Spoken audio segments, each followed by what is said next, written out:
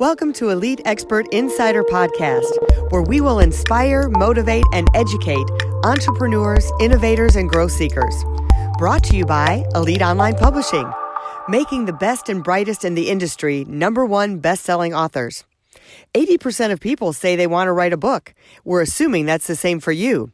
If so, contact us at www.eliteonlinepublishing.com and make your book a reality. Hey everyone, Melanie Johnson here along with Jen Foster. How you doing, Jen? Doing great. It's a beautiful day. Oh man, I'm so excited. I have been hopped up about learning to sell products on Amazon for the longest time. Jen knows, like, we have this conversation, and we went to the Amazing Selling Machine this year, and we have an expert on with us today about how to make millions of dollars selling products on Amazon. So if you've ever thought about that, or are ever interested in the back end, or want to know more about that, we are going to learn about that today. But first, I want to remind you to subscribe to our podcast, leave us a review, and leave us a comment. We would love to hear from you. So today we have Kuhlman that's going to be on. He is like the powerhouse Amazon brand developer.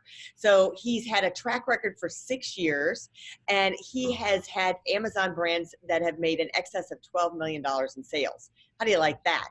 Wouldn't all of us like to do that? And he has his own 7-figure success with his best-selling Source Profits course. So you can learn from him how to do it. But we are going to get the inside track today. Welcome, Isaac. Thanks for coming. Yeah, thanks for having me, Melanie and Jen. It's obviously great to be here. I've been doing this for a while now, so it's great to share kind of insight with, different audiences, because we like to get in front of different kinds of audiences and help people understand the opportunity and how they can actually do this themselves, because it is possible. Awesome. Well, tell us, Isaac, a little bit how you got into this field and kind of your background and story. Yeah, so actually, it was oddly enough, I was working at a retail store about 6.5 years ago, and became friends with a person who was selling online. And I was like, well, what do you do? How do you do that? How do you get started? And he was like, well, this is kind of how I did it. And I kind of want to show you, if you're cool with it, come over. I've got an office just a couple blocks away from where I was working. And I was like, all right, cool. I mean, we'd kind of built up a rapport. It wasn't just like, he was like, hey, let's go over to my house all of a sudden. We'd kind of known each other. Yeah. At that point. But yeah, so then I went over and kind of saw his operation and saw what he was doing. And I was like, all right, okay. So at that time it was selling cell phone screen protectors, cell phone cases and chargers and cables and stuff like that.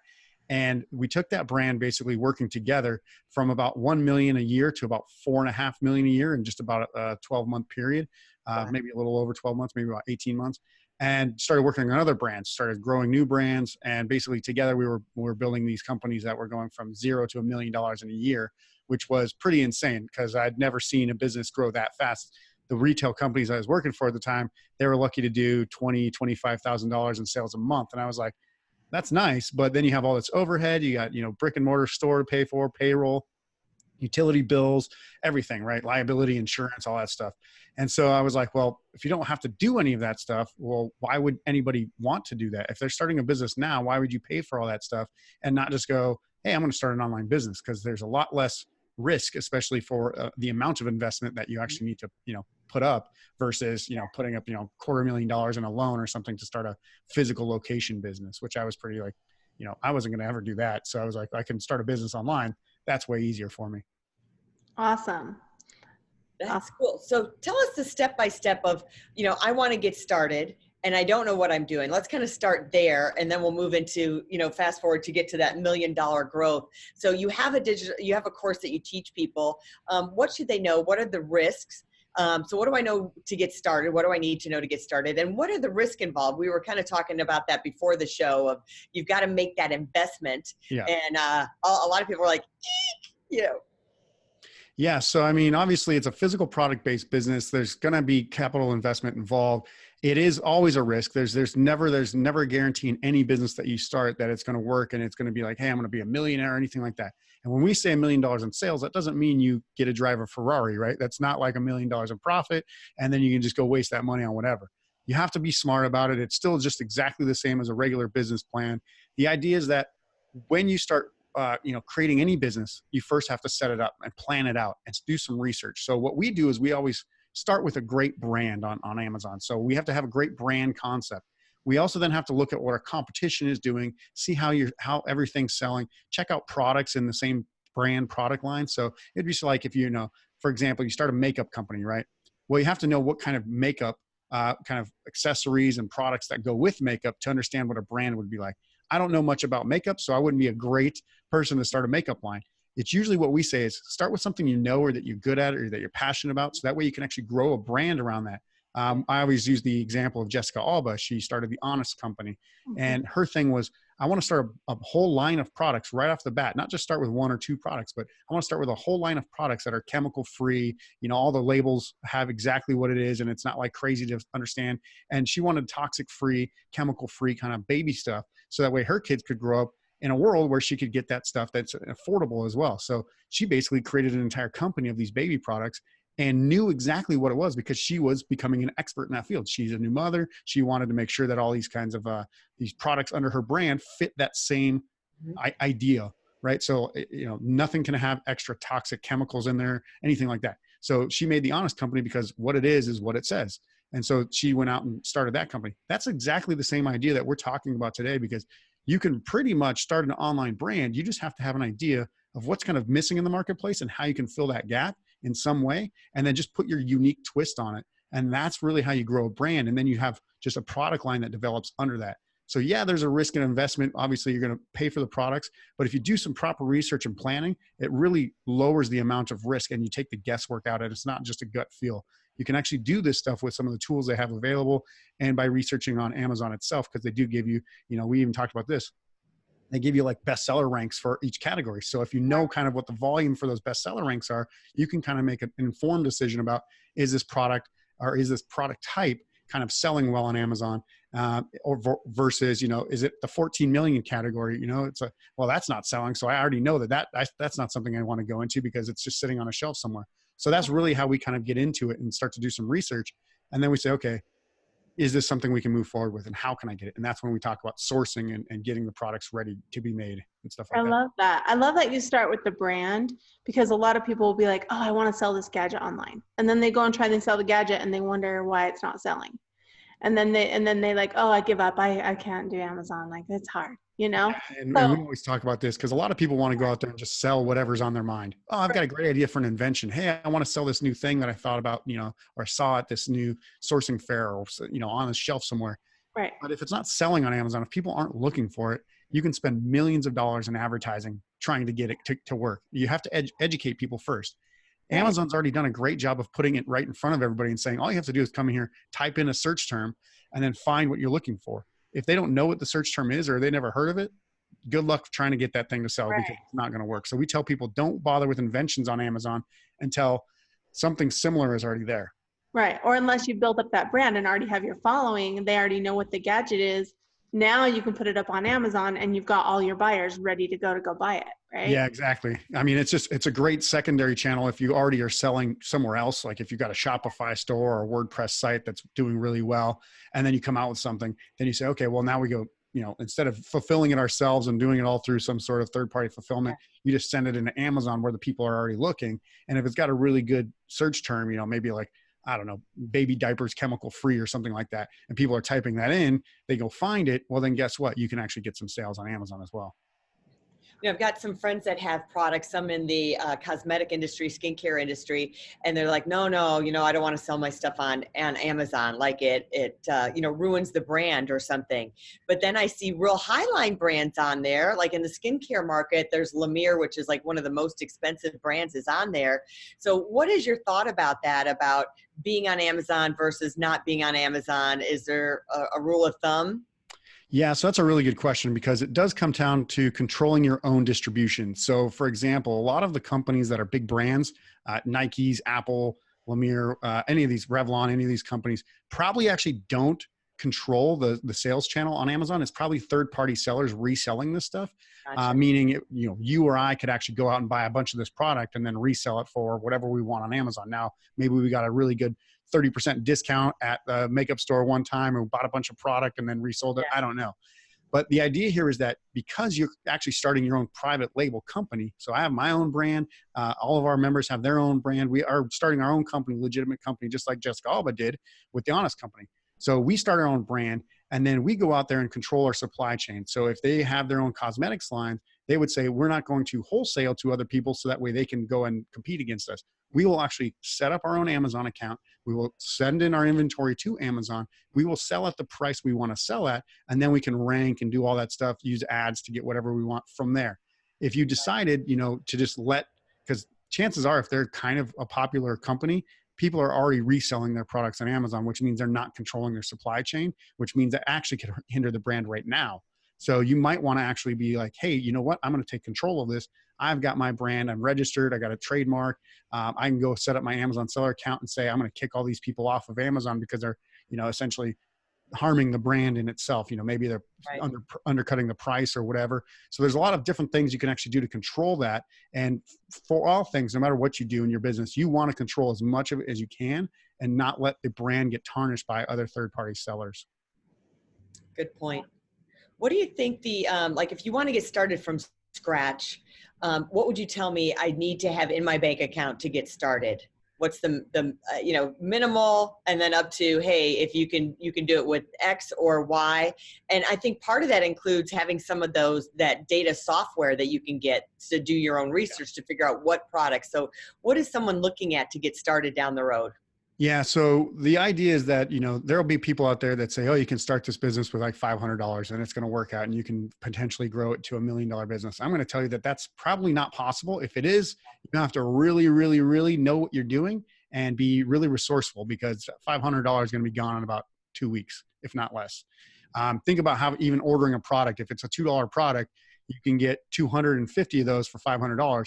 But that's not including any of the software, probably no training on this, no marketing for ads, nothing. So you've got, 200 products or whatever it is, or 250 products, and you have no way to sell them. So now they're just sitting on a shelf on Amazon. So we kind of don't give a fixed number and say, this is how much you have to have. But I would say best case scenario, you have more than $5,000, and it's not just money that you're going to sit there and say, if I lose this after, a year of trying this business, will it be the end of my life? Is this all the money I ever have?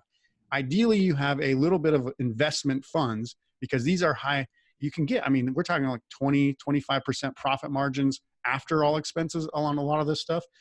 So you can get high profit margins, but you have to have that initial capital investment, and it can't be your last penny. Like if it's your retirement fund and you've been saving for 40 years while working, and you're going to cash that out, that's a lot of risk. We don't want people to come in there and then be destitute if it doesn't work out. So we've seen it before. It breaks my heart when somebody's like, hey, this is the last dollars I got. Can you help me? I'm like, I don't think there's a lot of hope here, but I can try to help you as much as I can.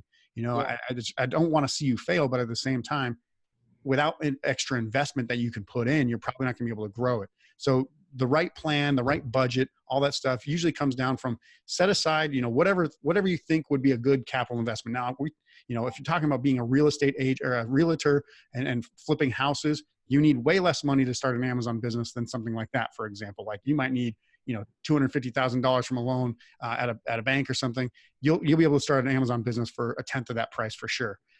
We usually say it's about $5,000 to $15,000 for your first product, because you want to have enough to kind of order it twice. So you can have low cost of goods, or you can go high cost of goods, meaning we kind of say anything over like $5 per unit is high cost of goods. And the difference there is that then you would have, obviously you have shipping. It might be a bigger, bulkier product. So it might cost more in shipping. It might actually store for more at Amazon. Mm-hmm. Like extra little fees in there and stuff that you kind of have to be aware of. So if you're thinking, I've got $10,000, can I order 2,000 units or something, so that way I can really push it, market it and stuff like that?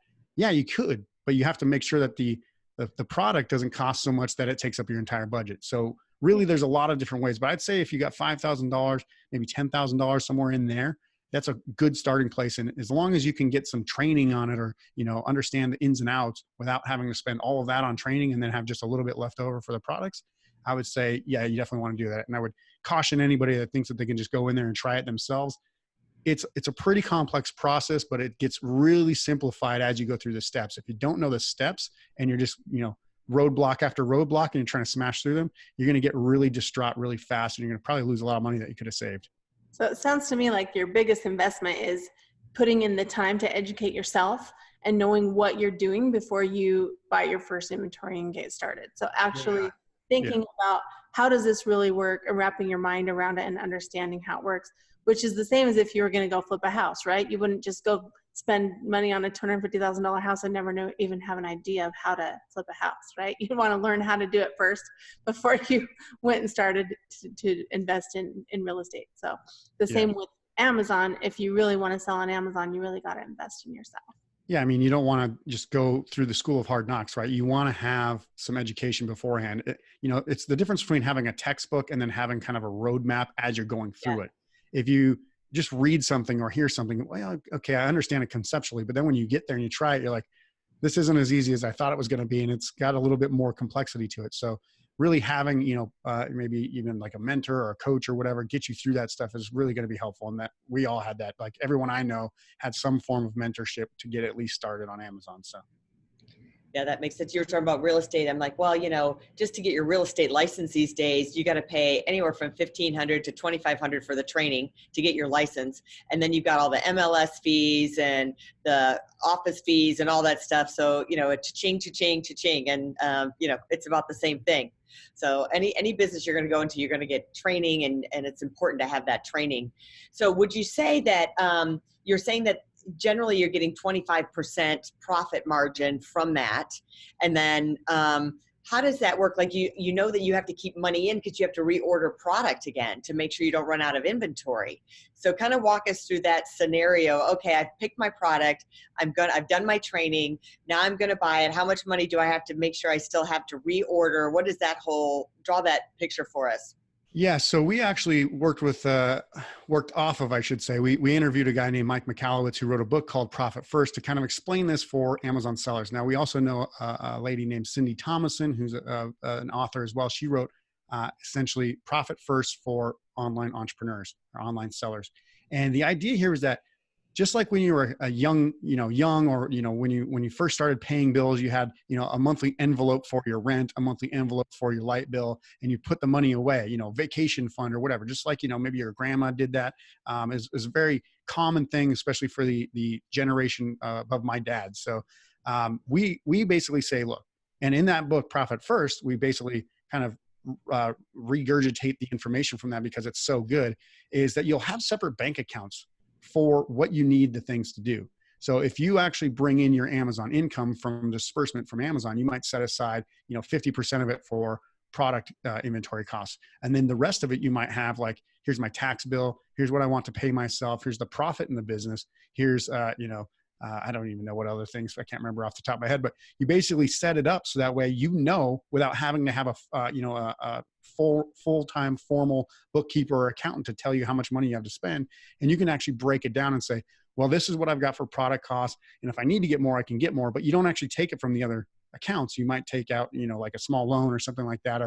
Amazon actually does Amazon lending, and there's other Amazon lending services out there. So there are some ways to get extra cash, like especially right now, we're talking about Q4. I just had to place an order for 30,000 product. And that's pretty like, oh man, that does cost some money. So yeah, you're like, but I also don't want to run out because I've had that happen before. And you're like, I just missed out on 3 weeks of sales. That would have been, $60,000 in extra sales or something like that. So you really have to plan accordingly. So just like you said, if you actually get these things kind of sorted, just like any other business, you can't just go into a business and say, oh, willy-nilly, I've got this much money and I'm going to throw it around and see what happens. No, you have to have a plan for each dollar that you spend. And that's what we would tell people. So let's say you sell $1 million and your margin is that 25% after your expenses, but then you don't get to take home that whole 25% because some of that's got to go back in product costs. So you're looking at the being able to pull cash out maybe is 10% of that you pull cash out. Yeah. So fair? Yeah. Profit is to pay yourself. Exactly. Profit is not just for your pocket, right? So when we say 20, 25%, we see people anywhere between 15 and 25%. So depending on how much margin your products have, which you should be able to plan out even before you pick the products and start selling them, we actually take people through a spreadsheet that we create for that purpose.